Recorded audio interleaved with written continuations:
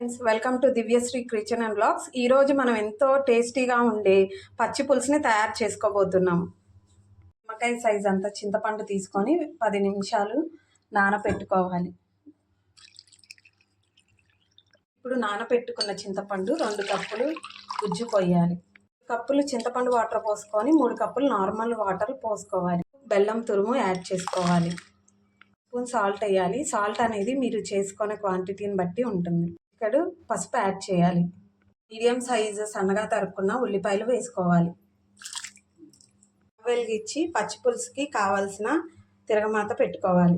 Pan heat ఎక్కినాక oil వేసుకోవాలి. Oil heat ఎక్కాక ఒక 5-6 ఎండుమిర్చి వేసుకోవాలి. స్పూన్ ఆవాలు వేసుకోవాలి. స్పూన్ జీలకర్ర వేసుకోవాలి. కరివేపాకు వేసుకోవాలి. పోపు మిశ్రమాన్ని పచ్చి పులుసులో యాడ్ చేసుకోవాలి. ఇప్పుడు ఇలా పచ్చి పులుసుని మొత్తం పోపుతో స్మాష్ చేసుకోవాలి.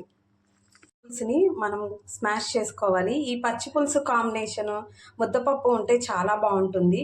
మీరు కూడా సమ్మర్లో ఎంతో బాడీకి చలవనిచ్చే పచ్చి పులుసుని ట్రై చేయండి. ఇంట్లో కూరగాయలు లేనప్పుడు కూడా ఇది చేసుకోవడం చాలా ఈజీ. ప్లీజ్ ఒకసారి ట్రై చేయండి. ఎంతో టేస్టీగా ఉండే పచ్చి పులుసు తయారైపోయింది. మీరు ఒకసారి ట్రై చేయండి. నా వీడియో కనుక మీకు నచ్చినట్టయితే షేర్ చేయండి, లైక్ చేయండి, కామెంట్ చేయండి అండ్ సబ్స్క్రైబ్ చేయండి. ఇప్పుడు కొత్తిమీరతో గార్నిష్ చేసుకుందాం.